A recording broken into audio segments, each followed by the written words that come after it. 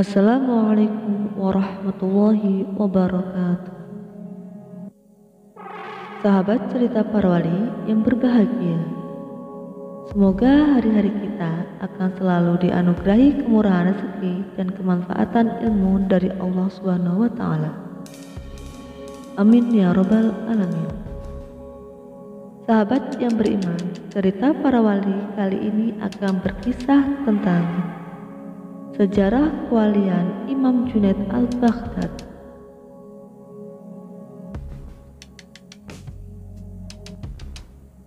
Bagi kalangan umat Islam yang akrab dengan dunia tasawuf, tentu nama Syekh Abdul Qasim Junaid al-Baghdad sudah tak lagi asing di telinga mereka.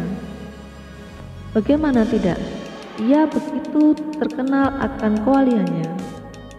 Sampai-sampai setiap kali membaca hadroh atau pembacaan surat Al-Fatihah sebelum melakukan amalan mujahadah, para sholik sebutan bagi orang yang telah menempuh jalan tarekat selalu mengkhususkan penyebutan nama Abdul Qasim Junaid al-Baghdad tepat setelah penyebutan nama Sultanul Aulia Syekh Abdul Qadir al-Jilani, sang Raja Wali. Lantas bagaimanakah sejarah kewaliannya hingga ia begitu masyhur, terkenal sebagai kekasih Allah? Ternyata ia sebenarnya merupakan seorang pegulat tangguh tak terkalahkan pada masanya. Ia juga sangat ditakuti oleh para lawannya. Hingga suatu ketika, sang raja pada masa itu mengadakan sayembara bahwa siapa saja yang dapat mengalahkan Abdul Qasim akan mendapatkan hadiah yang begitu banyak. Sayembara tersebut akhirnya terdengar juga oleh seorang lelaki parubaya di salah satu sudut kota Baghdad. Ia adalah seorang keturunan Rasulullah Muhammad SAW yang hidupnya begitu memprihatinkan. Sudah beberapa hari terakhir keluarganya tak makan. Usianya juga sudah cukup tua, kira-kira 65 tahun. Namun hal itu tak menciutkan nyalinya untuk mengikuti sayembara melawan Abdul Qasim. Karena ia memiliki cara tersendiri, hari pertarungan telah tiba. Hingga saat itu, anehnya tidak ada seorang pun yang berani mendaftar melawan Abdul Qasim. Maklum, seluruh penduduk kota sudah mengerti kehebatan Abdul Qasim dalam bergulat. Mereka lebih memilih nyawa mereka daripada harus mati konyol demi memimpikan hadiah sayembara dari raja. Berbeda dengan lelaki zuriyah Rasul itu, ia tak gentar sama sekali. Demi keluarga yang sudah beberapa hari tidak makan, ia rela mengorbankan nyawanya. Saat ia mulai beradu pandang dengan Abdul Qasim, saat melakukan penghormatan salam sebelum bertarung, ia berbisik kepada Abdul Qasim, "Wahai Abdul Qasim, aku tahu bahwa engkau adalah pegulat terhebat di kota ini. Dan aku pun yakin bahwa aku tak akan mampu mengalahkanmu. Namun, tahukah engkau mengapa aku berani bertarung denganmu? Aku adalah cucu Rasulullah. Namun keluargaku sedang tertimpa kesusahan. Sudah beberapa hari terakhir, aku dan keluargaku tak mampu makan. Maka dari itu, aku memohon kepadamu agar engkau bersedia berlagak kalah hingga akhirnya hadiah sayembara itu kudapat dan keluargaku dapat makan."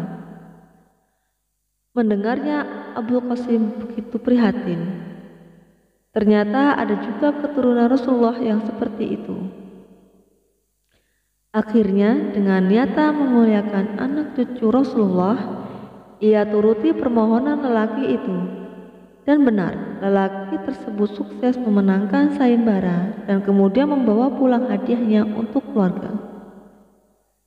Sedang Abul Qasim harus menanggung malu bahwa pegulat terhebat di kota itu telah dikalahkan hanya dengan pukulan lelaki tua usia 65 tahun.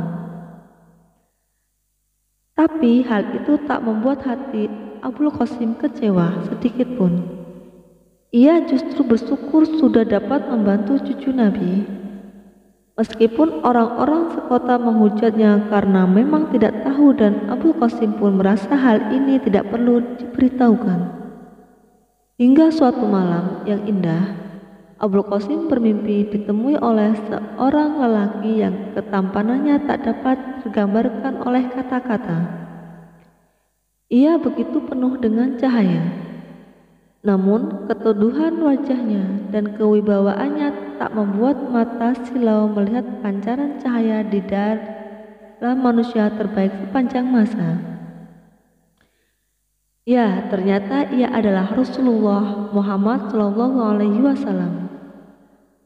Dalam mimpinya itu, sang Rasul berkata pada Abul Qasim bahwa mulai malam itu ia diangkat oleh Allah derajatnya menjadi waliullah, kekasih Allah, bukan karena kekuatannya, melainkan karena ia telah rela menolong zuriyah Rasul, anak cucu keturunan sang utusan terkasih Allah, Muhammad SAW.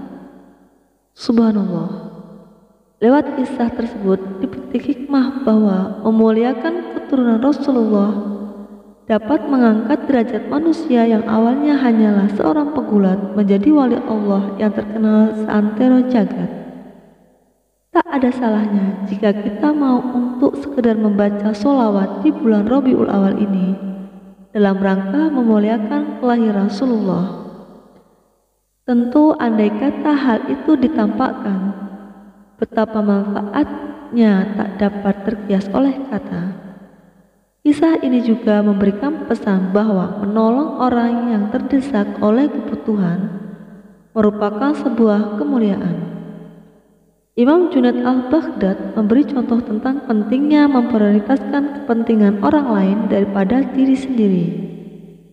Ia ikhlas mengorbankan gengsi dan popularitas prestasinya demi membantu orang lain memenuhi kebutuhan dasarnya. Wallahu a'lam bishawab. Wassalamualaikum warahmatullahi wabarakatuh.